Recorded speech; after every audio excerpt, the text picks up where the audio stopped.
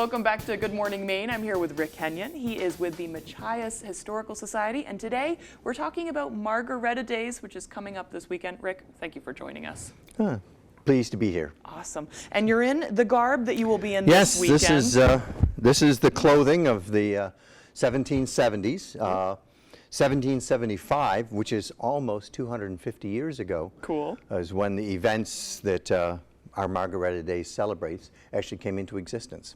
So Margaretta Days, I mean, first and foremost, where does the name come from? It has nothing to do with Jimmy Buffett. There's no parrots, no Margaritaville stuff. no Margaritaville stuff. Margaretta was actually the name of a ship. It was a small British warship, actually made in the colonies here. But in the employ of the British government, because there'd been a lot of friction between the residents here in the colonies and the British government. They were putting a blockade on ship traffic. In Machias? Oh, the whole area. After actually the events at Lexington and Concord, Britain basically was hemmed in Boston. And so there's a blockade. Well, interestingly, the town of Machias is this tiny little town up on the Maine coast. There's no roads to it. The only way in and out of town is strictly by sea. Their only export was wood. The town was built where the waterfalls is because that's where they could harness water power for sawmills. Sawmilled wood was gold, or as close to gold as you could get. So that was their big export. You'd think it would be the fishing industry, but they were probably overfished by that time anyways. Well, they had other places that were better for that. You know, sawing out wood, and they desperately needed wood in Boston. And they desperately needed supplies in Machias because it doesn't have a lot of great farmland. So food and stuff like this came in, wood went out. There's been a blockade. So all of these things that you're talking about, these contribute to this festival, correct? So this is a reenactment type of festival, right? But it's not just that. It's Friday, Saturday, and Sunday of this weekend. Can you explain, if somebody goes and they could spend the whole day, right? So what kind of things? We have events planned. There's a big crafts fair, and that's something that a lot of people love. Absolutely. You know, so there's a lot of people doing stuff like that there. There's stuff to eat. We'll actually have we do a parade.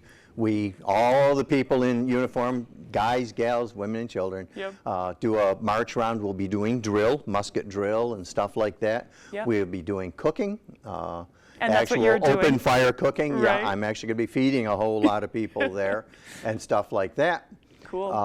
We do this sort of thing that basically sort of celebrates colonial living and crafts. There'll be stuff for the children. I know there's a bunch of people. They're going to be doing like corn husk dolls and a lot of games, and the toys and games that people had before they had Game Boys and computers and everything else like that to play with.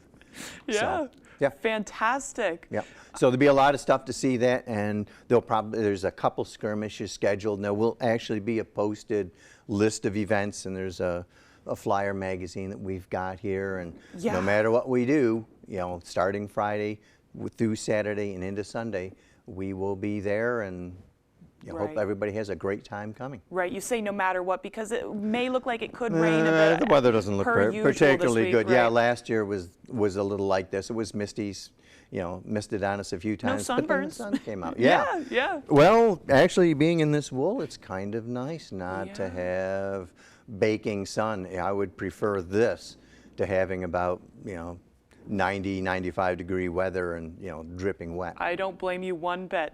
Okay, and most importantly, I think for a lot of people, free admission. That's awesome. And the whole town does things sort of in conjunction with this, so I think you'll have a really good time. And unfortunately, we don't have a ship. The Margaretta was actually a ship, the HMS Margaretta, and it was captured. It was the first actual naval battle, if you will, of the Revolutionary War. The ship was captured. There was a loss of life. I think there were 6 that were actually killed, a number injured, and we can't really do that. Plus, it happened way out on the water, so this is something that's on land, so you can walk around, talk with people, and be free to have fun.